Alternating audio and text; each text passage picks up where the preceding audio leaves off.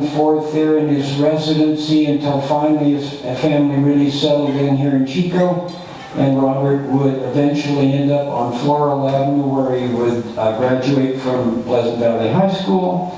And then he would again leave Chico there and have a career beyond there. But he's really right now in the process of retiring and coming back to Chico to a piece of property that really is at the focus of his presentation today. A piece of property right out by the 5 Mile Dam, just south and east of today's 5 Mile, that his family purchased back in the 1970s. And that really sparked an interest in that mouth of Big Chico Creek Canyon, where Robert skulked around that area there long before it really developed as a young boy. Circulating all about up into the mouth of the canyon, tracing out old remnants that he might find here and there. And so again, we're going to see where he's taken that interest in the Big Chico Creek and its landscape right there around the mouth of the canyon with his presentation today. So here we are. Can you hear me through the lavalier here? Uh-oh.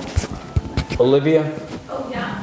Do we need Hello? a microphone for the recording? He doesn't have Is that just for the, It is just oh, okay. for that. Oh, okay, I can use this. I thought it was for the PA.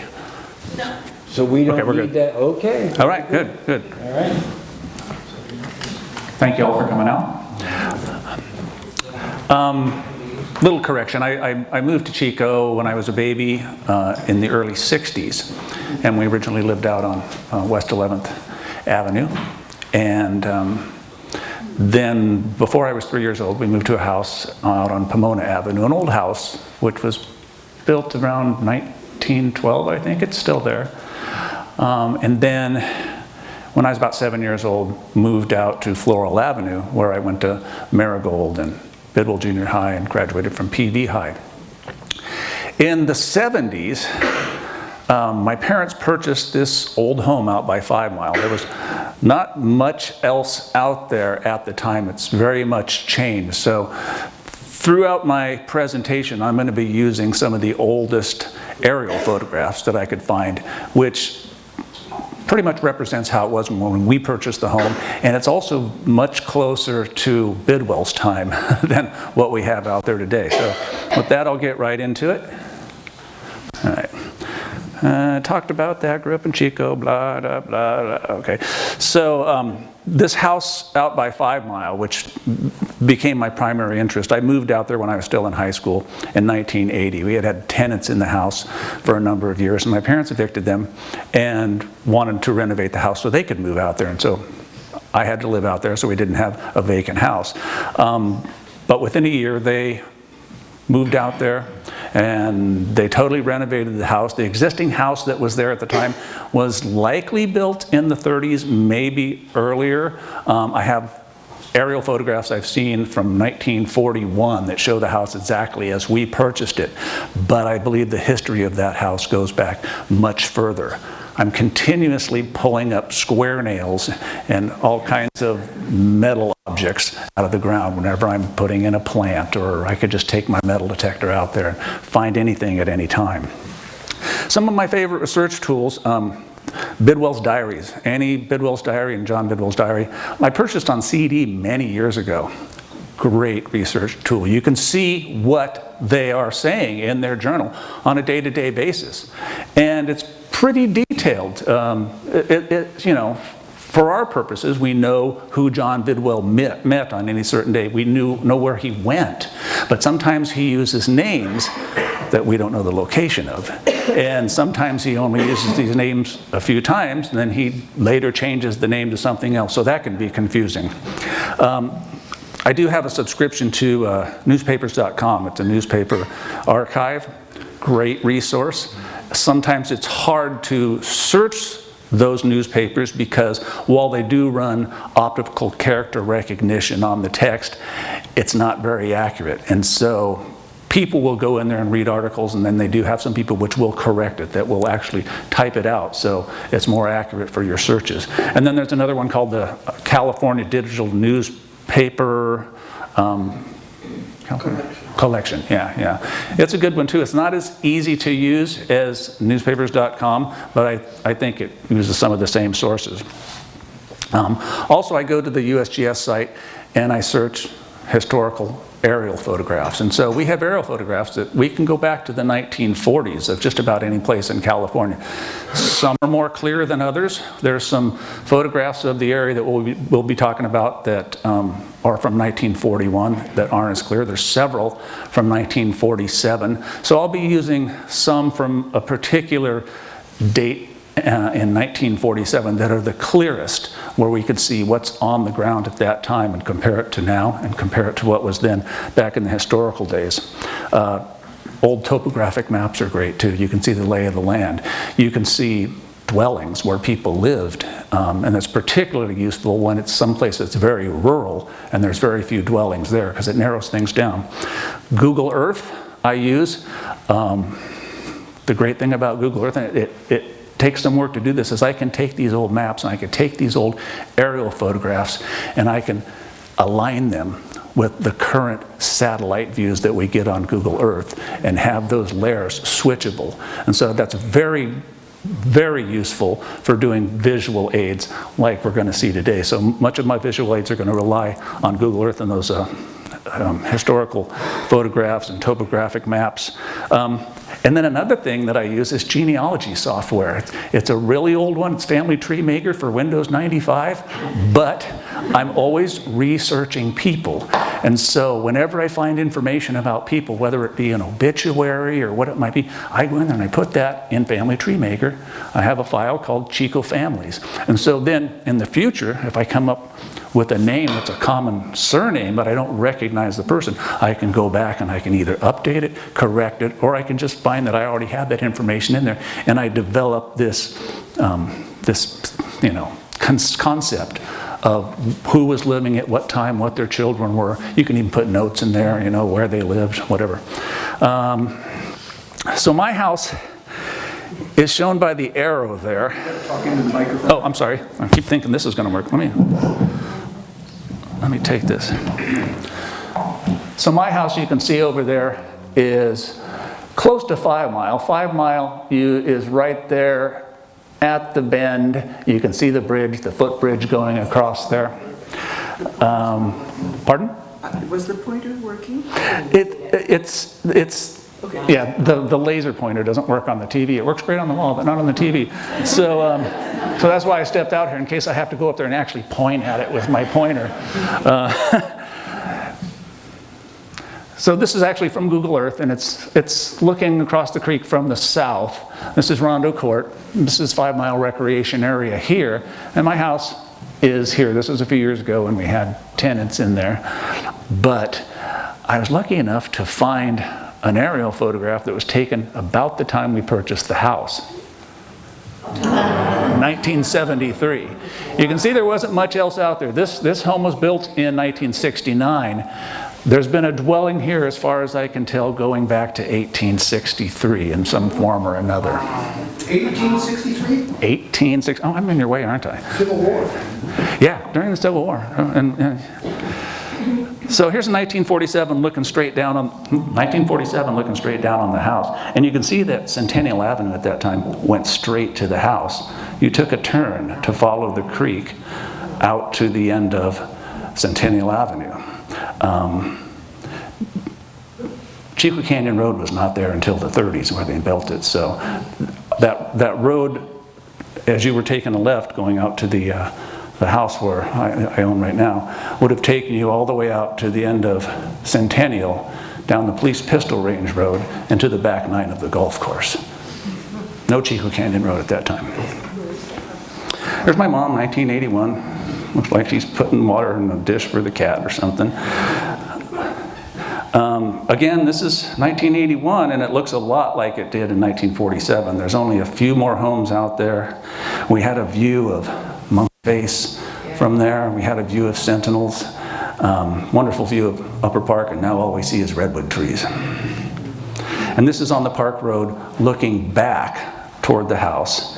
And you can see, if we zoom in, that the house is sitting up on a little rise there. That barn isn't brand new at the time, we just built that. But that land is like a little tongue of land which sticks out there, which is about 10 or 12 feet higher than the surrounding land. So if someone was going to homestead out there, you'd want to put your home on high ground rather than on the floodplain, because it flooded all the time out there. But we didn't have the kind of flood controls we have now. And as I've been doing my research, I've come across some forgotten place names, and some of these I'm pretty certain about, and some of these I'm just speculating about. We all know Monkey Face Rock, right? As far as I can tell, Bedwell called that Delphinium Rock. He mentions him and Annie would climb to the top and have a wonderful view up there, and it's mentioned by both of them in their diaries several times. And then beneath Monkey Face, there's a gulch, which is pretty deep if you've hiked out there. There's this rocky gulch, and it used to flow all the way out into the creek. But since they modified the road right there where the old firing range was that goes down and, you know, kind of cuts through the earth, they put in a culvert there, so you don't really see where this gulch enters the creek. But during Bedwell's time, the route into the upper park was much different. It was from where the golf course is along the creek, and he mentions a bridge that they worked on, which he called Sheep Cabin Bridge. And up until just this last year, when they did the modifications to the road up there, you could see on that old trail, which was the old road, the remnants of that old bridge. I don't know if it was Bidwell's bridge, but there was stone, you know, embankments and reinforcements. I'm sure that's gone. I think I've actually witnessed that it's gone now. And interestingly enough, Bidwell also mentions a spring up there several times, and he calls it Sheep Cabin Spring, which would have been fairly close to where the Sheep Cabin Bridge was. That spring is still there. You can go onto Google Earth or Google Maps and look at it at any time and see this sizable spring, especially in the dry season, and it's constantly wet up there. It's the most noticeable, most prominent spring in Upper Park that I'm aware of. Then there's the Fernie Way, which is a later colloquial name. Bidwell called it Wild Way, or it was part of Wild Way, and that's the rock wall that goes up to the old police pistol range road. During Bidwell's time, there was no rock wall there. There was just a rocky little road along the base of that cliff. And then we're going to put the wall in. It was built for the Deer Creek Highway, which never went through. They built roads up into Upper Park by the Mickey Place and stuff. I mean, past Upper Park by the Mickey Place. They were going to do a highway through Bidwell Park up to Deer Creek. Thank God they didn't. But then it was a WPA project, and then, you know, the Depression came along, and the last part that they came to for building that road was between the back 9 of the golf course and the Mickey Place up there. And that was, if you know the south bank, the south side of the canyon, it's a very difficult place to put a road in. You've got Alligator Bluff to go up over and all that. So they abandoned it, but now we have this really nice road going up to where the police pistol range was. It was called the Fernie Way because the cliff's still covered with ferns, with maidenhair ferns and other ferns, and even more so back in Bidwell's time, because the lumber flume clung to the cliff up above the road and was continually dripping water, and it was wet. But I'll get ahead of myself sometimes, so I have to stop myself. A place that's mentioned a lot by Bidwell is Cape Eden, and we know that as where the 5 Mile Dam is now. Where the divergence between Chico Creek and Sandy Gulch or Lindo Channel is. And then there's been a mystery about what constitutes the sheep camp, what constitutes the sheep ranch. And Bidwell always made the distinction between the two. The sheep camp seemed to be more or less a temporary, movable place, but he refers to a sheep ranch, which I'll talk about later, because that's one of the great mysteries, is finding out exactly what and where the sheep ranch was. We know where the later sheep camp was. We have evidence for that. And if you look at the bottom of the picture there, there's this Hollow. It's not really a creek so much because there's not much of a drainage there. It's all homes now. That's called Dargy Hollow. And it's even in the Butte County place names. They describe where it is. You can see it on the Butte County maps from the time that were created in 1877. You can see the name on there. Hooker Oak Tree we're all familiar with. The Maisie Way was a popular place that Annie Bidwell and John Bidwell would take their guests. And that's that live oak grove on the other side, on the north side of where 5 Mile is now. They had the road go through there, and they intentionally made it windy for entertainment purposes for taking their guests on these rides. And then I have marked the Lower Sheep Camp because it's believed that, at least I believe earlier, the sheep camp was further up the canyon, and that I think they eventually evolved to having a more permanent operation down near the entrance to Upper Park now. I don't know if any of you remember the Kennedy sheep barns that were there, but when I was a kid there was these big barns there, because Annie Bidwell's nephew, Guy Kennedy, in 1911, he purchased that entire range.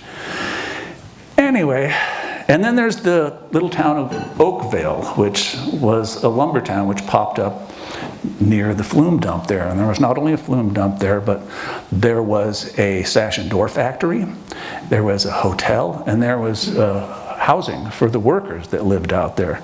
And that would have been right about where my home is now, somewhere in there.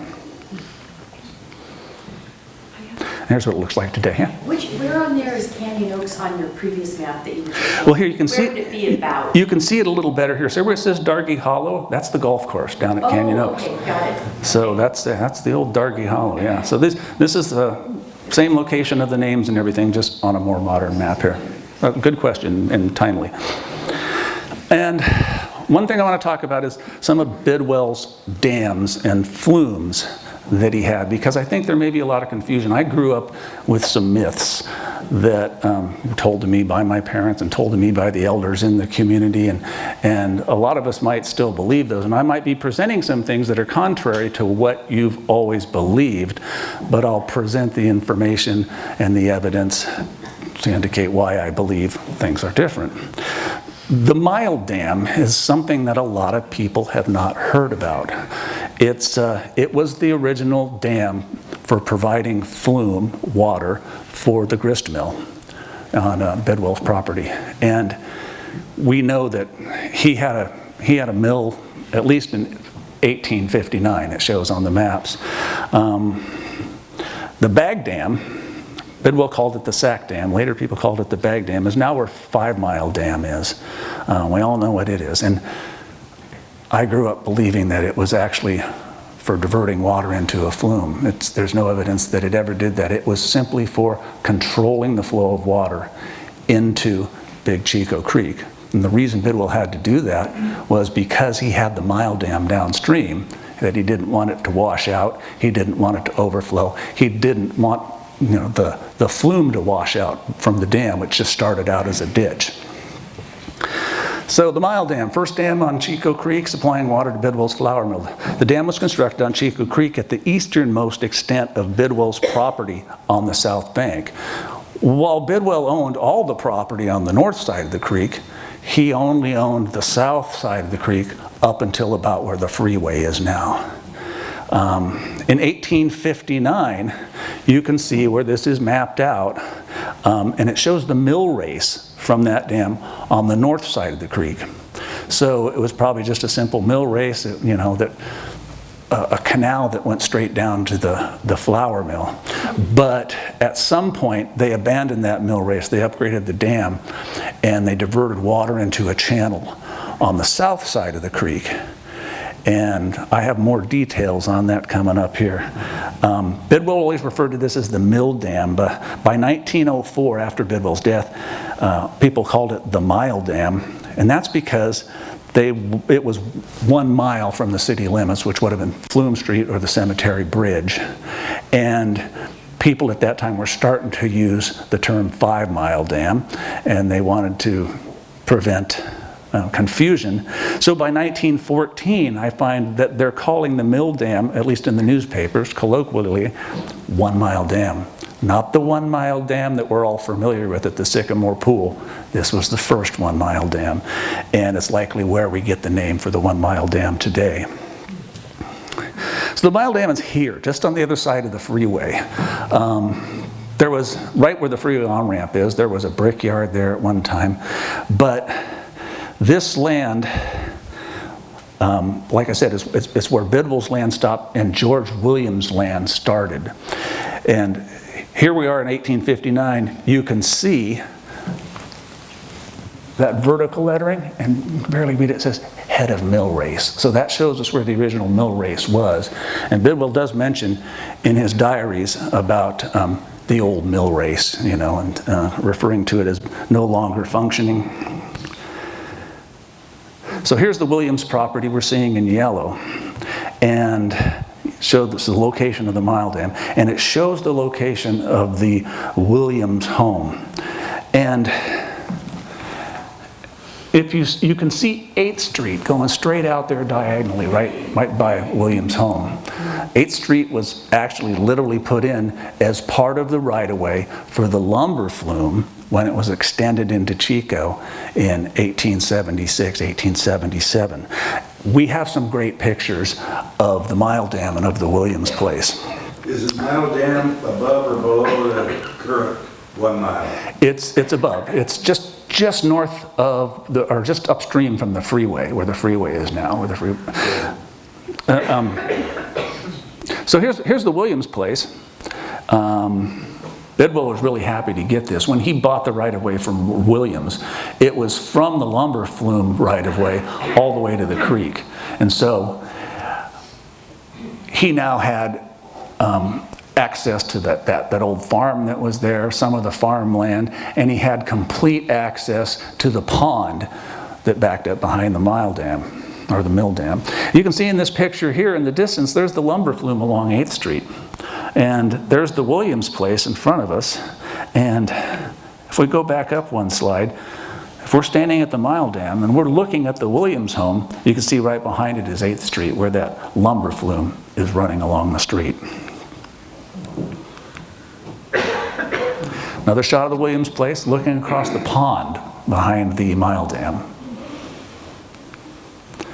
And then there's a big bend in the river there. It's really easy to locate where this was. There's not much left of it today. I've been out there poking around. But in the middle of the picture, where there's a couple women you can see standing up there on a structure that makes up part of the dam, is where the water was diverted into a channel on the south side of the creek. And that's the water that flowed to the mill on the south side of the creek. Another shot, closer shot of the dam. They could raise and lower the dam so they could adjust the water. And this is controversial because I've mentioned that this was the original 1 Mile Dam. People are like, no, 1 Mile Dam is where Sycamore Pool is. And it was called 1 Mile Dam because it's a mile from Bidwell Mansion. Well, here's newspaper articles after 1914 and up until about the point where they built the new 1 Mile Dam that refer to the Mile Dam that we're looking at as the 1 Mile Dam. So we know that that's what it was originally called. And here's the flume that flows into the grist mill, or the flour mill. You can see it right there in the middle of the picture. It started out as just a ditch, but the mill dam, or the Mile Dam, was only about 15 feet higher than the ground down there at the flour mill. So they couldn't get a lot of what they call head, water power, water pressure. But they did the best they could, so it flowed through this open channel, finally became a low flume, crossed the creek, went into the mill. We have lots of pictures of it crossing the creek in the archives and historical sources. Now this is a survey done in 1910. You can see the Mile Dam is located. And let me see if I can use this little mouse here. This might be useful. All right, see the mouse up there on the screen? No. No, it's just for me. Okay, forget that. But if you look right below where the arrow points to the Mile Dam, you see there's a channel, and it's even defined by the topographical lines, by the contour lines. And that double dashed line, oh thanks Dave, The double dashed line you see there is pretty much the current Park Road right about where Caper Acres and the ballpark is, the ball fields. And that kind of sharp bend, if you look down here, that's where the current Sycamore Pool is, in here.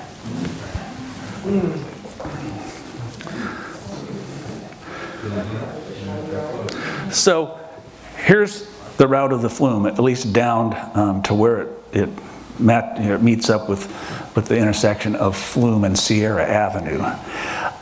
It went right along the road. Later, they filled it in when they were still using the water from the dam for irrigation, and they put in a pipeline. They put a siphon underneath the road right before crossing the cemetery bridge. And then they put in another siphon going under the Main Street bridge and into the area of the children's playground, which was an orchard, and they used that water for irrigation. Now the Bag Dam, this is what we know as 5 Mile Dam today. The purpose, like I said earlier, was to control the amount of water flowing into Chico Creek by diverting it into Sandy Gulch. Bidwell referred to it as the Sack Dam, or the Upper Dam. In Bidwell's time, it was always intended to be temporary. His diary shows how it was erected with the expectation of high water and then removed. He says, on April 15th, 1890, making dam across Chico Creek at Cape Eden. And then a month later, removed dam from Cape Eden. That's because he was anticipating the spring melt and the high water. And it was always, I think throughout Bidwell's lifetime, a temporary dam. They literally put sand in burlap bags and built this dam when they needed it and removed it when they thought it was unnecessary. There was also, here's a view from, I'm not sure when, probably 1890s. You're viewing this from where the dam is now at 5 Mile and looking upstream. Uh-oh, did I lose my thing? Come on. Oh no. Oh, what? Wait, I gotta go up a little bit because there's more information here somewhere. Well, shoot. Oh, right here. So, the earliest mention of a dam in this area, where the divergence is from Lindo Channel and Chico Creek, Bidwell mentions in 1873. He says, drove to head of Sandy Gulch. Mr. Parsons knew Miller went. I wonder if he was thinking about putting in a mill up there, if it was feasible or not. And then he mentions several other times, 1873, 1876. Not once does he mention Chico Creek. He's mentioning a dam up there, and he mentions Sandy Gulch several times. So they would erect a temporary dam across Sandy Gulch, up there where 5 Mile is now, for the control of the water. It's unlikely that there was any dam at that time in the 1870s crossing Chico Creek until Bidwell mentions it in 1890, or maybe a few years before that. And I'll tell you why. There's another view. Okay, so the first appearance of the term 5 Mile Dam I could find in print was in 1911. It's unclear when the structure may have been constructed there, but this photo is supposedly from 1908, and it says 5 Mile Dam, but I just said it wasn't called 5 Mile Dam until 1911. Notice that that's written in ballpoint. The ballpoint pen wasn't invented until 1938. And I just had to throw this in there because this isn't a photo you find easily. I got it from a page of American Cities magazine, 1921. And you're looking across where the concrete wall is at 5 Mile now. And look at that daredevil up at the top of the high dive they made out of a tree trunk there. Whoa! So they must have kept it pretty deep, I guess. All right, we're going to talk about some of the early residents and landowners. I already mentioned the George Williams property. It's important that we examine each one of these landowners along the way here, because they are the ones that own the land on the south side of the creek. And Bidwell, at some point, purchased a right-of-way from each one of these landowners so he could extend the flume from up by 5 Mile all the way into Chico, where they had a lumber mill and the new flume dump. So you can see Williams, Lem, Thomason, and Dargy. And you can actually see these on the old what is it, the land patent map from 1867 too. So that's where I got a lot of that information. This is the Sweeney property, which a rancher named Sweeney, James Sweeney, he sold to the Butte Flume and Lumber Company for them to build the terminus of their flume from Chico Meadows, because they couldn't go any further because they were running into private property. So they picked the most ideal location they could, and it had to be wholly constrained within this white and this blue. I have the Dargy land in there, so you can see where exactly it was. Notice at this time that Bidwell didn't own the south side of the creek at any point along here too.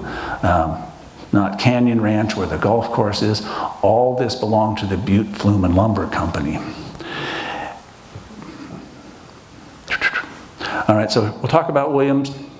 We did a little bit. He married Susan Gwill, who was John Gwill's sister. And John Gwill he was an agriculturist, very well known. He had the Gwill seed store, I believe, in town. He was also vice president. There was 2 vice presidents with the local agricultural society, and Bidwell was one of the presidents. Bidwell received the deed from George Williams for the right-of-way for the lumber flume extension on June 27th, 1876. But the rest of the Williams land, which would have been south of there, it was actually shared by Gwill and Williams. That was sold in 1891 to a buyer named B.B. Baker. The next property as we go upstream is the Lem property. The Lems were really well-known ranchers. There were like 4 brothers, Christian Lem, Henry Lem, Charlie Lem, and Fritz Lem. And this is where, if you can think about where the old sheep pens were, all the way up to El Monte Avenue, and then all the way down to Humboldt Road, the Lems owned. And there's a lot of history with the Lems, particularly, I mean, some of you may have heard about the Chinese murders that were terrible that occurred out there in 1877. I'm not going to get too much into the history of Lem or Williams because it's a little far from our subject area, but Christian Lem married Maria Louisa Dargy. She went by Louisa, and she figures prominently into our history here in a moment. The next land along the bank going upstream was the Thomason Ranch. Now, William Hardy Thomason, he married Margaret Bruce, John Bruce's sister, in Illinois, and I think they came out together with John Bruce out to California. They journeyed west with their infant son Michael and Margaret's brother John, who later married William Hardy Thomason's sister Millicent Ann Thomason. They settled in Lovelock, Butte County, where Thomason engaged in mining for 3 years. In 1856, they moved to South Chico Creek to establish a farm. William Hardy Thomason died August 16, 1866. His widow Margaret continued to operate the farm out there for many years with the help of relatives and her children. Margaret Thomason lived out her later years in a home on Humboldt Avenue, which is the current location of Borodori's Automotive, if you know where that is. That's where her home was. Come on, let's lay here. I'm sure a lot of you are familiar with the Thankful Lewis story. It's hard to summarize it. So This is a real brief accounting of it. I'll read through it for those of you who are not really familiar with the story. In 1863, the family of Sam Lewis lived on Little Dry Creek, just to the northwest of where Butte College is now. On Monday, July 6th, the Lewis children were walking home from school, a distance of about 2 miles, because the school was at Pence's. The children were Jimmy, age 11, Arenia, Thankful was her nickname, age 9, and little Johnny at age 6. The children stopped to take a drink along the creek. While Jimmy was taking a drink from the creek, a shot rang out, and Jimmy fell dead in the water. A type of shot in the back of the head by some Indians who had snuck up behind them. A band of 10 Indians kidnapped the 2 remaining children and headed north through the foothills. The children were barefoot and having a difficult time. The next morning, in the vicinity of Butte Creek Canyon, several of the Indians took little Johnny out of sight and later returned without him. On reaching Big Chico Creek Canyon, Thankful insisted she needed to rest, so they left her to be watched by a lame Indian while the others went ahead. And this is probably where the back 9 of the golf course is now, where they rested. Forgive me in the delay here. Thankful managed to escape from the lone sentry in the vicinity of the current back 9 holes of the golf course on the south side of the creek. She made her way wading and swimming downstream until she heard the shouts of the Indians in pursuit. In a deep area along the bank, she hid, silent under overhanging brush, until long after there were no signs or sounds of her pursuers. She continued down the creek until reaching the area, which is now at the end of Chico Canyon Road. From there, she ran through the open fields until reaching the Thomason farm, near present-day 5 Mile recreation area, where Nate Thomason and another man were working in a field. Mrs. Thomason attended to her wounds and bleeding feet, while Nate Thomason formed a posse with the young girl riding on Nate Thomason's horse and retraced the route of the kidnappers had traveled with the children. They eventually found the body of little Johnny, who had been thrown into a manzanita bush. I'm sure some of you have seen this picture. This is many years later when Thankful Lewis and Margaret Thomason met and posed for this photo on the site of the Thomason home where they had first met.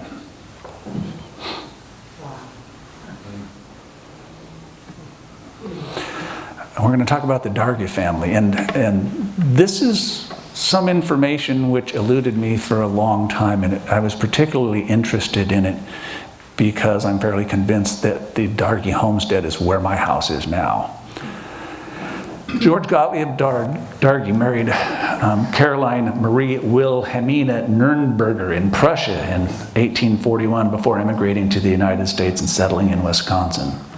On May 17, 1859, the Dargys and their 11 children left Kekosi, Wisconsin, in covered wagons with George Gottlieb Dargy, I keep saying Dargy, leading the train.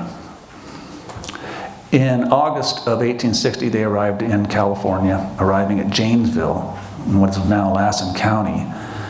They then went to Prattville in Plumas County and took the Humboldt Road to Chico. By September 15, 1862, they were staying at the John Bruce place, staying in a tent for 3 weeks.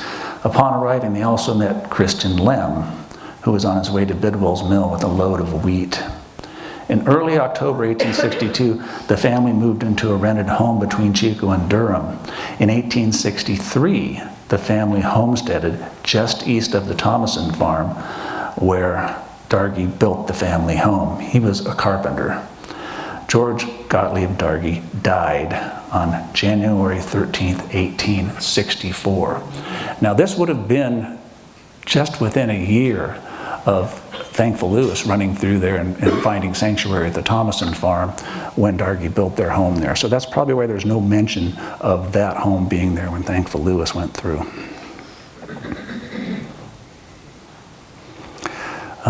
After the death of George Gottlieb Dargy, it is reported that his second eldest son, William, became the head of the household. John Bidwell mentions meeting with Charlie, the eldest son, several times in March of 1871. Bidwell and his superintendent Rufus M. Cochran visited the Dargy home on the March 13th, 1871. And then on March 18th, 1871, Bidwell writes in his diary, "Dargy has been trying to sell his place today." And we know that Bidwell would have been interested in that property, but the Dargy sale could not take place because the Dargy land patent was not approved until June 1st, 1872. So they couldn't sell land they did not legally own. This is Mrs. Dargy and the Dargy daughters. The Dargy daughters. Out of 11 children, she posed with all the girls. A very interesting event happened at the Dargy home, which a lot of people are not familiar with. And I discovered this as I was researching literally the site of my own home. One day in the late morning in 1864, after the death of G.G. Dargy, the recent widow, Mrs. Dargy, had just gone down to the bank of Chico Creek to do some laundry. This was just upstream from the current 5-mile recreation area, where Mrs. Dargy kept some tubs and a large iron kettle specifically for this purpose. The only other family member at home was young Louisa, the future Mrs. Kristen Lem, who was recovering from an illness. Louisa had just put on an old dress and was about to leave the house and join her mother at the creek when she heard some strange sounds outside. Louisa stepped out the front door to investigate. A group of Indians with rags tied around their heads were standing in the yard, and more were approaching.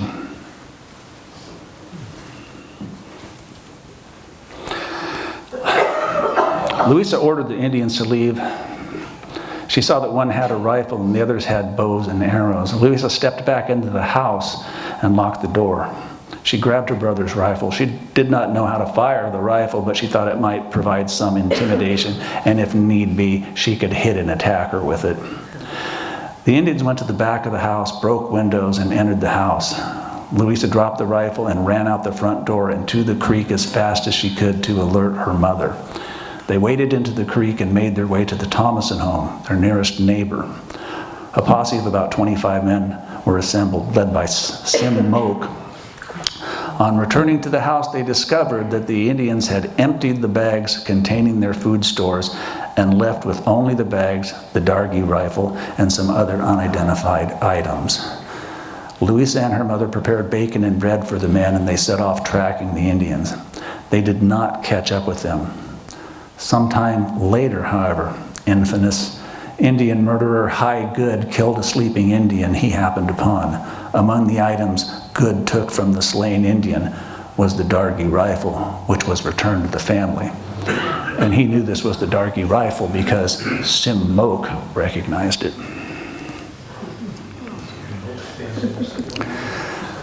So this is the 1867 land patent map. Many of you might have seen this.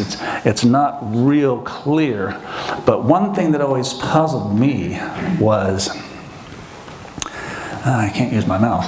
If you look up there at the point right underneath where it says section 17, it looks like it says Widow Bergey's house. That always puzzled me. It's like, I recognize that location as being where my home is, but who was the Widow Bergey? And then it dawned on me when I was doing my research, it's Dargy. It's just misspelled or mistranscribed. And it actually shows where the home is, because they always put for house, for a dwelling on these old maps, they put a lowercase h and then a superscript O with an underscore. And on this you can even see where the Lem house is, where the Thomason house is, and so on. There were so few dwellings out there, there's no confusing as to what is what. So here's the view in 1947. This probably looks a lot like it did back in the 1860s, with the exception of Chico Canyon Road cutting through. There's where the Dargy land claim was. And here's that map we were just looking at with the Dargy land claim laid over the top of it. And you can see the arrow pointing to the Widow Dargy's house. 1910 survey. That's definitely my house because I can tell by the topography of it, or at least where my house now is. You can see that's exactly where the widow Darkey's house was also identified. And then current day, 2023 at least, it shows the lay of the land, and you can see where the Dargey land claim is, and you can see the Canyon Oaks Golf Course. Back to that 1973 aerial with the Dargey land claim over the top of it, and you can see my house there. So now we're going to talk about the Butte Flume and Lumber Company, and there's so much history to this, and as well with the families that we talked about, that I can't go too deep into the weeds because I have a tendency to like ramble on and stuff, and we're probably going to go long today, so I apologize for that. It was the original terminus of the Flume, right there near 5 Mile, up on the ridge. The Flume was completed to the Flume dump on August 10th, 1874. A sash and door factory was built at the dump site in early 1875, forgive me. Bidwell describes it as being under construction on January 7th, 1975 again, I'm sorry, 1870. Soon a lumber town with saloons, a hotel, and housing was developing near the dump. And there's a great resource in the writings of John Waterland, who wrote as old timer, right? And old timer in the newspapers in the 30s and 40s, I believe. He says Jason Springer built a 2-story sash and door factory at Oakville in 1875. The personnel of this company was Jason Springer, W.K. Springer, his brother, H.L. Smith of San Francisco, and W.H. Salisbury, who was superintendent. James M. White was foreman. Clifford Coggins was a bookkeeper. The company had a 2-story hotel. The company had a depot in San Francisco and offices in Oakland and Portland, Oregon. A 2-story hotel was built and many cottages erected for the employees. Those are the words of John Waterland. And John Waterland would know, because when this little town of Oakville that he's describing existed out there, Waterland was 12 years old, and he later became superintendent of the park and worked with Annie Bidwell in defining the park before she turned it over to the city of Chico. Where exactly was the location of the dump? There's 2 primary requirements: where the flume is nearest the ground and where the water can be turned back into the creek. Now, that blue and the highlighted white there, which was the Sweeney purchase to the Butte Flume and Lumber Company, is the land that they owned that they could do their operations on. To the west of where that blue is the Thomason Ranch. And just above the eastern extent of the blue, you can see the back 9 of the golf course. Somewhere above where that blue is the only area that they could put that dump and turn the water back into the creek. And this is interesting. Sweeney, he sold the land to Butte Flume and Lumber Company, his land, the same day he purchased the Dargey land from the widow Dargey. And in the newspaper article, they just happened to throw in there the notice of the approval of the land patent for the Dargeys. It wasn't the year 2872, as it says. It was actually the year 1872. So I don't feel so bad that I'm doing typos on the dates. So we have lots of pictures of the lumber flume. This one you might recognize. That bluff up above there is what people call the Guardian now. And right in front of us is Diversion Dam and Bear Hole. And across the creek, you've probably seen that stone wall if you've been up there, and there's a spring there. That was Patrick McGann's ranch. His brother was James McGann, who was the surveyor at the time and created the early Butte County maps, and he was 3 miles upstream from there. But Patrick McGann lived there for a while. Bidwell never loaned that land. But we can see there, right through the middle of the picture, the flume, the lumber flume coming through there. And there's many, many, many pictures of the lumber flume at this trestle where it crosses, because it was the most accessible point for anybody to go up there and get a picture. Because remember, Bidwell still owned Upper Park and the public just wasn't allowed up there willy-nilly. So this is looking across the golf course, where what the golf course is now, to where that last trestle is on the lumber flume, coming into the flume dump and into the area of the town of Oakville. Another picture, there's so many. The orchards in the foreground, you see there are Bidwell's. He planted fruit trees out there, somewhere out there. He also had a vineyard, because he referred to it as the dump vineyard. Looks like he's planting peach trees here in front, but another picture. So this carriage where that's sitting is right about where Chico Canyon Road cuts through there now, toward the end of the road where that hairpin turn is and where you walk up into Upper Park. Where you park. Where you park. Where you park, exactly.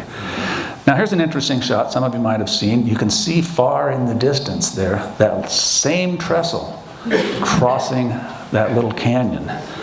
And this shows you where that picture was taken from, where the eye is. It's looking right along the creek and straight at that flume in the distance. Another picture that's pretty famous, people have probably seen this. This has been labeled in the archives as the flume as it enters Oakville, or as it approaches Oakville. Now, being as old as I am, and having lived there for a while, I was lucky enough to be able to go up there and take pictures looking for the remnants of this old flume. This is all homes up there now, but this is almost the exact same position. You can see right in the middle of the upper photo there, Sentinel. And you can see that bluff out to the left side there. And so that's the canyon that the trestle crossed. Bidwell called that Dump Creek Canyon. I had never found a name for it until fairly recently. And so this is the contours of the Earth in Google Earth with the 1947 aerial photograph projected onto it, and you can see where the flume trestle crossed that little canyon, and that eyeball right there is where you're standing and looking toward the flume in both these pictures. And today it looks more like this.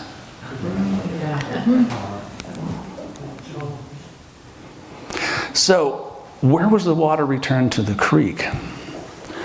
Now I'm going to walk out here for a second. Excuse me, because if you can see here, there's my house. That's where the Thomason property was. So the water had to be turned back into the creek between there and this bluff out here. Somewhere in here, the water was turned back into the creek. There's no evidence I could ever find. It would have left a big wash or a gully or a man-made canal or something, because for 3 or 4 years, all that water that came down the flume had to go somewhere, and the only place they could put it was back into the creek. Luckily, we have the writings of John Waterland.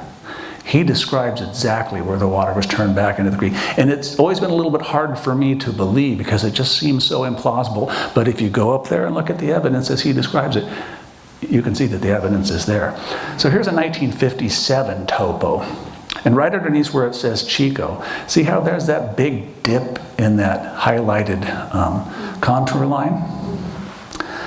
Notice how that contour, or that dip there, is indicating a drainage, is parallel to the contour lines of the bluff. When we have a natural drainage, it's almost always perpendicular to the topographic contour lines because it's always flowing downhill. This is where they turned the water back into the creek, believe it or not. And if you walk up that Police Pistol Range Road into the Upper Park from there, there's private property on one side, there's a big fence. There's a sizable gully, a rocky gully that goes under the road through a big culvert and out into the creek. There's not enough watershed for that to have been created naturally, and also you'll see that it's parallel to the slope.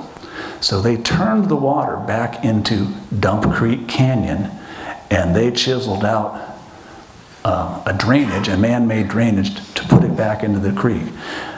Now, if they turned the water back in there, that means they had to be close to where the dump was, because they didn't want to go to extra effort to try to turn that water back into the creek, and have to build another flume to do it. Here's what it looks like in 1947. And then today, it's right there. Next time you walk up there, you'll see it, now that you know it's there. So John Waterland, he says in August of 1874, the flume was completed to this site and the water turned back into the creek. Evidence of this fact is still seen in the gully or ditch at the end of the road on the south side of Bidwell Park, just opposite the clubhouse of the golf course. The rickety old plank bridge had crossed this ditch ever since, and in later days were used as a bridge to enter the Ferny Way and the olive orchards on the south side of Chico Creek. The olive orchards being at the back nine of the golf course where Bidwell had his canyon ranch. So there's not much left of Oakville, if anything. Again, John Waterland. In approaching Oakville from the Humboldt Road in the spring of 1876, piles and piles of lumber could be seen, ready to be loaded and hauled away. The factory and hotel could easily be seen above the other 35 or 30 smaller buildings. The lumber town nestled down in a low flat just over the hill. Tall sycamores and cottonwood trees with wild grapevines covering them and choking their life out lined the creek. So we know, at least fairly accurately, where Oakville was. And so I put Oakville where Oakville would likely be. That's the low flat. The hill that he talks about it being just over is where it says dump site, and the red line going through there is the lumber flume, actually showing at the bottom where it continued to be extended down into Chico in 1876 and 77. In approaching Oakville from the Humboldt Road in the spring, I already read that. Sorry. One thing I wanted to point out here. The only evidence I've ever found out there of anything in Oakville, supposedly a fire had gone through, that's what John Waterland said in some other text, is there's an old foundation. It's not on my property, but it's adjacent to it under a big oak tree, and I have it pointed out there. It's very old, I know. It's made of stone. Another reason I know it's old, it's a sizable oak tree growing over it. So whatever was constructed there was constructed before that oak tree was. So Bidwell had to purchase the right-of-way through the Williams, Lem, and Thomerson properties, as we discussed, so they could extend that lumber flume all the way into Chico. All those private landowners were in the way, but Bidwell had an interest in that. One, he wanted the land on the south side of the creek. Two, he wanted a more reliable and, to him, maintenance-free source of water for the mill. On June 12, 1876, George Williams, Christum Lim, and Margaret Thomason all signed an agreement to sell the land for the flume right-of-way. On June 27, 1876, George E. Williams formally executed a deed for the flume right-of-way to Bidwell, and on June 28th, the following day, Lem and Thomason formally executed deeds for the flume right-of-way to Bidwell. This acquisition allows the extension of the flume into Chico. Bidwell sold the Butte Flume and Lumber Company 10 acres in Bidwell's addition for a new flume dump and lumberyard site. In 1877, the extension of the flume into town was completed. So that little town of Oakville and that old lumber dump and all that activity up there only lasted for a few years.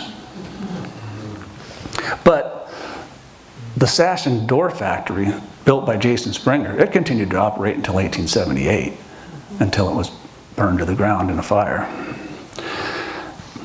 Bidwell acquired the entirety of the Butte Flume and Lumber Company land at the old dump site.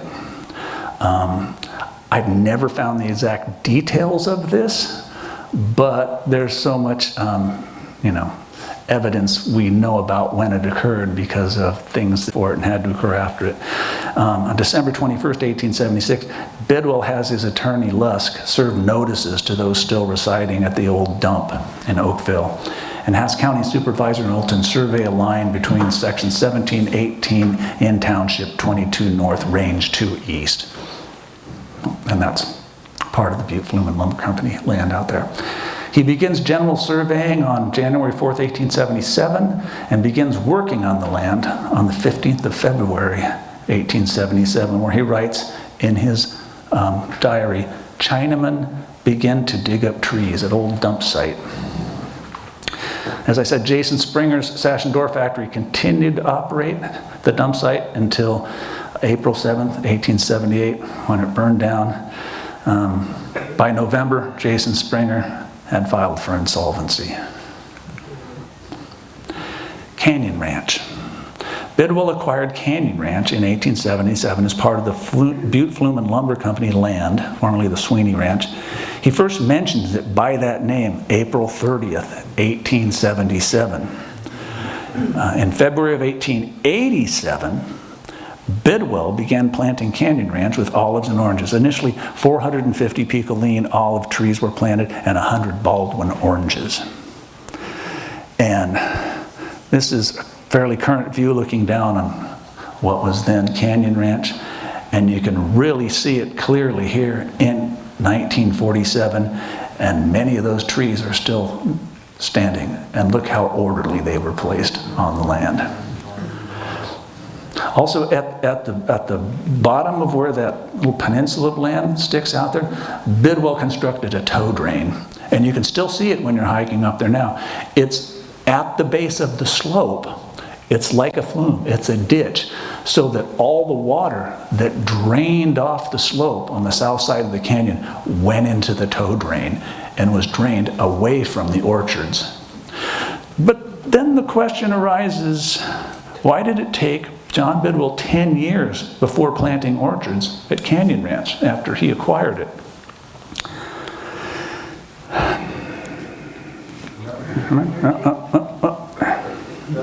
Oh, there we go. George Moses Gray, who was Bidwell's general manager, describes exactly why. This is George Moses Gray's words. I told him that it was very necessary that we have a road to haul fruit from the canyon orchards without fording the creek, as it was making it worthless to cross the creek so many times as we had to now. I told him that if he could buy at any reasonable price a strip 2 rods wide along the creek, it would settle the question for all time, and he could afford to pay a big price for that 5 acres. 2 rods, I think, is 32 feet, right? Something like that. But now Bidwell already had acquired the right-of-way up to the dump site. Why couldn't he haul land there? Well, he needed that year-round access to the orchards. He could do sheep operations or something else up there without having year-round access, because they wouldn't be hauling any produce away and they wouldn't be tending to the orchards like they would to have sheep operations and stuff. So he's probably conducting some other operations up there. But until he bought the Thomason property on June 26, 1887, he could only access the orchards by fording Chico Creek, which could be impassable in times of high water. While Bidwell had purchased the flume right-of-way through the Thomason property in 1876, 1886, the right-of-way he purchased in 1870, I'm sorry. There was a gate near the Thomason's home on near the west end of the property line, and then there was a stone wall that made up the eastern property line of the Thomason property. The right-of-way that Bidwell purchased through all these families' ranches consisted of the point where the flume would pass through all the way to the creek. But when he got to Thomason's, it was a very different scenario. The flume right-of-way had to go straight up to where the dump site was, and it made no sense to follow the creek because there's a big bend in the creek there. So he did not have access to use that for his own business purposes, the right-of-way, to go through the Thomason property. And he couldn't construct any roads along the creek on the Thomason property. It was not his property. The Fernie Way we talked about a little bit. In order to reach Canyon Ranch, it would have been necessary to cross the ford at present-day Bidwell Park Golf Course or follow a narrow, rocky road at the base of the cliff on the south side of Chico Creek. This became known as Fernie Way. I think that was colloquial, and after Bidwell had passed, I don't know if he used that name, he called it the Wild Way. The lumber flume clung to the bluff above the road for over 40 years, continually leaking water from above, supporting a lush covering of ferns on the cliff. In the 1930s, this road was raised and supported by a robust stone wall, intended to be part of the never-completed Deer Creek Highway for which Chico Canyon Road was built. In the 1850s, it was still the only vehicular access to the area we call Canyon Ranch when the police pistol range was established at the upstream end of the Fernie Way. And to this day, it remains the only vehicular access, unless you count golf course, golf carts that cross that little bridge.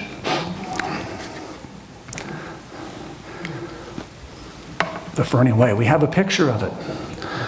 And I could probably tell you, if I checked my notes, when this picture was taken, because Bidwell, a couple times he was visited by a naturalist in photography, Henry Weatherby Henshaw, who took some of the best pictures along the creek and of Bidwell's rancho. And on this day, he left to do something else and sent Henry Weatherby Henshaw with C.C. Royce, which was his right-hand man, up into the Canyon Ranch area to take photos. And what you're seeing right there, it's kind of contrasty, but you're looking upstream along where that big rock wall is, and the current road that was built as the Deer Creek Highway. It was like this before that was built. That was his only way to get up into Canyon Ranch without fording the creek. You can just about see the worms in the soil, it's so detailed. And I believe that's C.C. Royce sitting on the wagon ahead there, and Henry Weatherby Henshaw behind the camera where we are. Is there a horse? Yeah, it's a cart with a horse in front of it. This is interesting too if you go up there. At the upstream end of the Fernie Way is this large, distinctive pointed rock. When this photo was taken, Chico Creek flowed at the base of this rock. The creek bed has since shifted further to the west by about 200 feet, likely affected by the old Deer Creek Highway stone wall. The rock is still there, partially hidden in the thicket. In fact, if you aren't afraid of poison oak and you poke around down there by the rock, you can see where the old creek channel was at the base of the rock. And it may still flow through there in times of high water, like yesterday.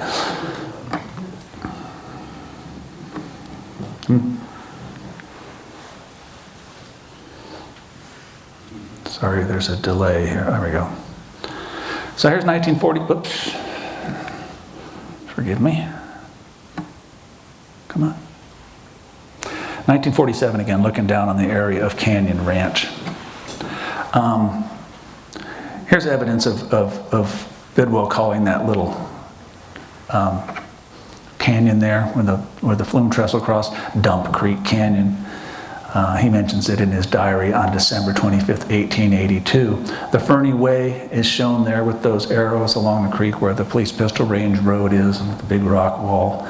He also mentioned not just Canyon Ranch, but Lower Canyon Ranch and having orchards there. And so that must have been on the other side of the Fernie Way, toward the end of the road, because we saw those other pictures of the flume trestle where he had orchards there.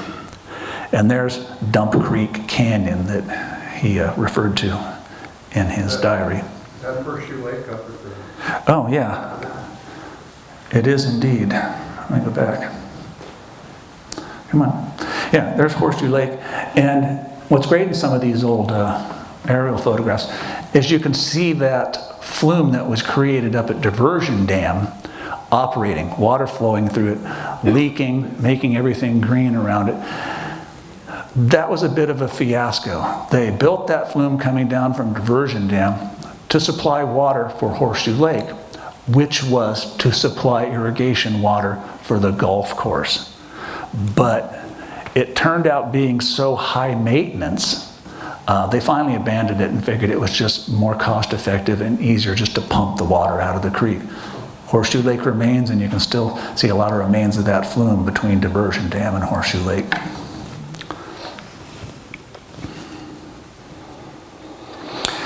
Now, we're getting into a part here that's a bit of a mystery for me that I'm still researching, is Peter Skelly. Peter Skelly was hired in the 1880s by Bidwell to be a sheep foreman.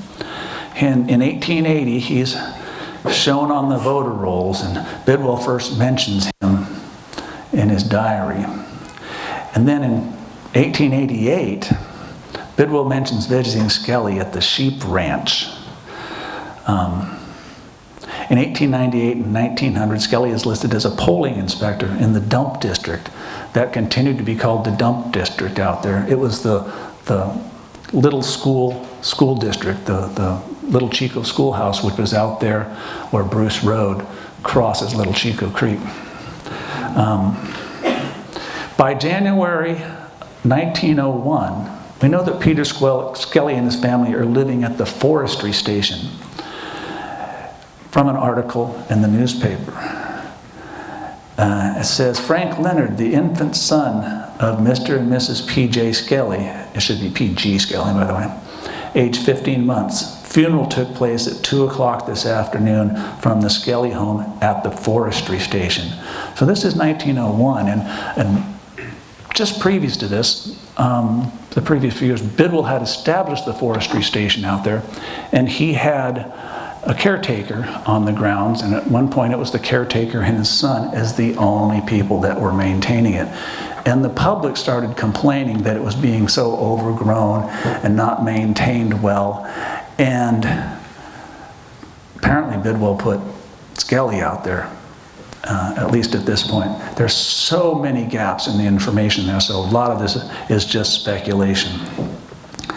And then by 1904, the City of Chico map shows the P.G. Skelly residence at 8th and Walnut. And then later he moved into the house where I spent my childhood, interestingly enough. Let's see. Bidwell mentions Skelly at the sheep ranch. He talks about his guests. It says sheep ranch, and then the arrow pointing to P.G. Skelly, meaning he went to the sheep ranch to see P.G. Skelly. He returned via Cape Eden and Sulambrosa. Sulambrosa is a term that's been kind of lost. It's the park road on the south side of the creek. Vallombrosa, of course, was Bidwell's favorite drive to take his guests along the creek and up into the canyon. Sulambrosa, he uses that term a lot after he had access to all the land on the south side of the creek up to Canyon Ranch. In 1882, 1884, and 1896, 1892, 1894, 1896, voter rolls show Peter Skelly living in the dump district. Bidwell's diary, May 7th, 1895, he says, drove cousin, wife, and self to Skelly's and above, gave Mr. Skelly notice about water, etc., returned via the forestry station. So that tells us that on this date in 1895, Skelly was not at the forestry station. He was above the forestry station. 1896, voter rolls show Peter Skelly living in the dump district. And many of you might have seen this picture in the archives.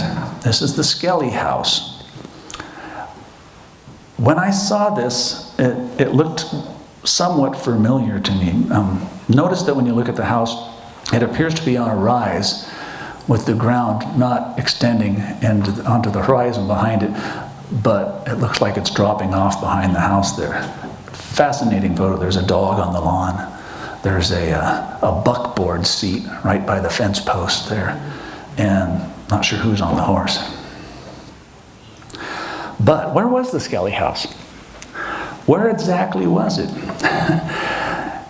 The photo is annotated as such. Photograph shows a sheep ranch 1.5 miles from Hooker Oak, home of Peter G. Skelly, built by General Bidwell for the workers in the area. But I was thinking, could this not be an error? Perhaps it was intended to read 1/2 mile rather than 1.5 miles. because it really doesn't make a lot of sense if you're going to locate something to say it's 1.5 miles from this other landmark. Because it shows where my house is, where I think Skelly might have been. It shows where the Kennedy sheep barn is, which is where the later sheep camp would have been, Hooker Oak in the center. So we can strike a circle around Hooker Oak. 1.5 miles. That makes no sense. That would put the Skelly house somewhere on that circle or near it if that annotation was correct. And you can see, I doubt Skelly was out at Longfellow. I doubt he was at the upper part of Canyon Ranch, and I doubt he was down by the forestry station as part of this sheep ranch. And you can see it extends all the way out to the Humboldt Road. So if we consider that maybe that was meant to be 1/2 mile, it makes a lot more sense, because this 1/2 mile radius, we have my house on the radius, we have the Kennedy sheep barn on the radius, and pretty near it we also have the old Thomason home, which it's possible that the Skelly house could have been there as well, because the Thomasons had since sold the property before any mentions of Skelly to General Bidwell. 1847, we can see it a little bit clearer.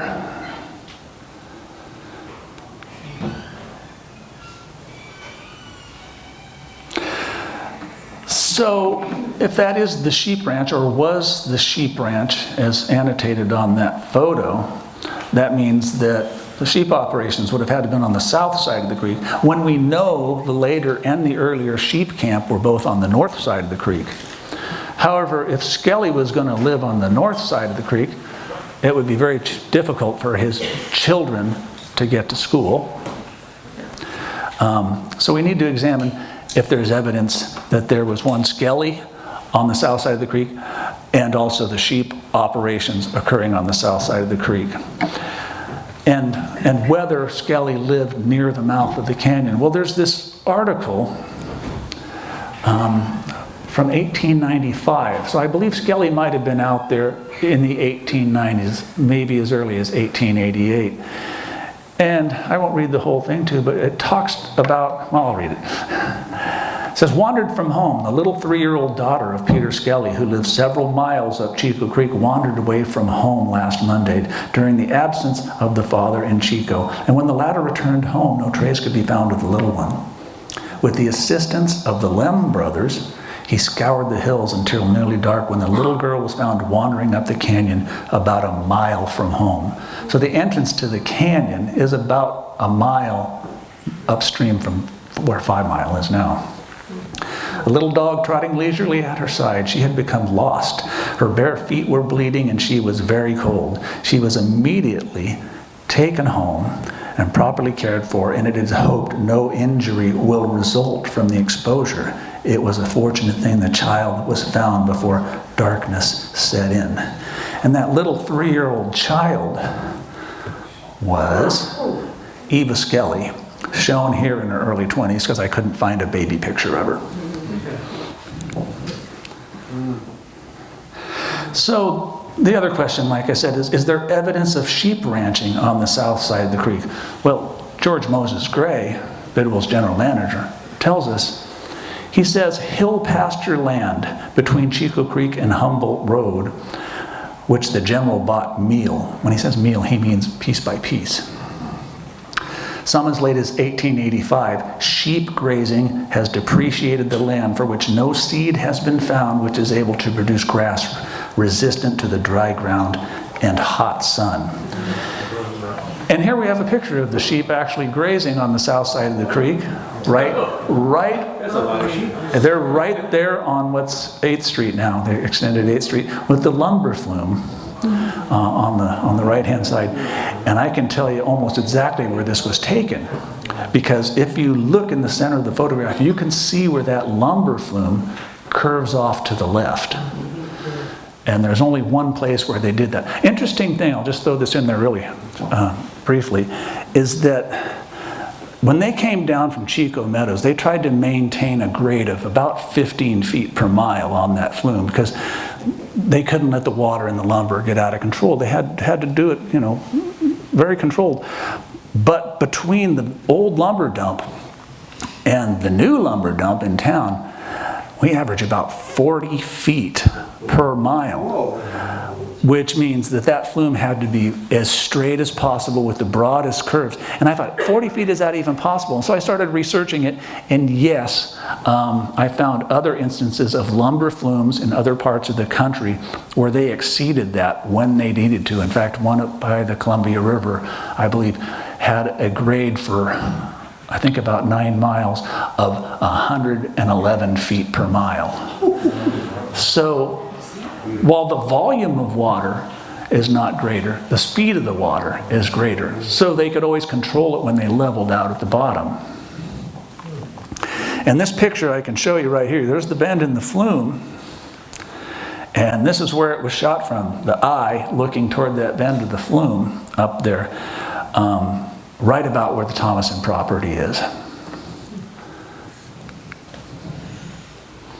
And there it is today. Now the sheep camp, not to be confused with the sheep ranch. We know that by March of 1898, Hale and Waltz had leased from Bidwell the sheep range on the north side of Sandy Gulch near the current Upper Park. On April 12, 1998, it should be 1898, there we go. John Bidwell met with Henry Hale and D.I. Waltz, well-known and successful partners in sheep operations in Northern California. Hale and Waltz were still operating the sheep camp after John Bidwell died on April 4, 1900. Hale and Waltz dissolved their partnership on January 16, 1903. Now there's some things that happened at the sheep camp when it was operated by Hale and Waltz. And at one point, it tells us exactly where the sheep camp was. The first thing that happened was the McGinley murder. On the morning of March 10th, 1898, William McGinley and William David's son were returning to their jobs at the Hale and Waltz sheep camp after a night of drinking in town. After breakfast in the bunkhouse, the pair went to their shared bunk cabin about 75 yards away. Soon a scuffle ensued and resulted in Son shooting and killing McGinley. Son claimed self-defense, and before surrendering, it appeared that he had staged the scene by moving the body and placing a small pocket knife near the body of McGinley. William David's son was later found guilty of murder. And then there was a case of smallpox at the sheep camp. This is after Bidwell died. This is September of 1900. Dr. A.J. Landis went out there and made an affirmative diagnosis of the smallpox and publicly announced that he had burned all his clothes after visiting the sheep camp. But we still don't know what exactly was the sheep camp. Well, let's see. Anton Silva was the guy who had smallpox, and he was separated from the rest of the camp where a small wooden cabin was hastily built for his quarantine. And on September 19th, 1900, Anton Silva died.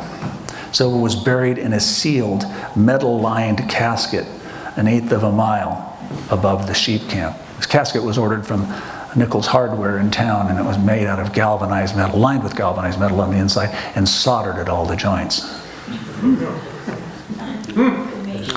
And then in 1960, they're reconstructing the 12th green on the Bidwell Park golf course. And they had a policy at the time, if they're going to move soil around within the park, they can only take soil from elsewhere within the park, not soil from outside the park.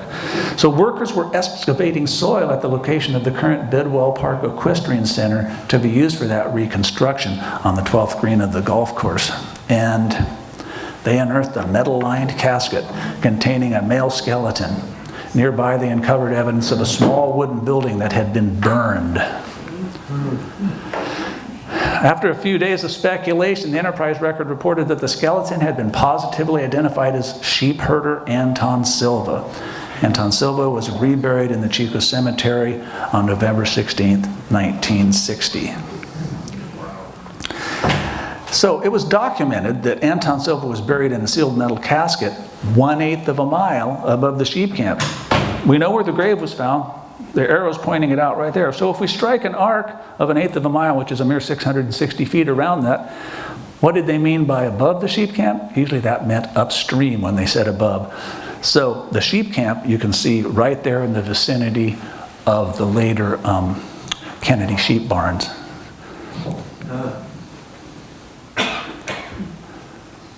So that identifies exactly where the sheep camp was at the time of John Bidwell's death.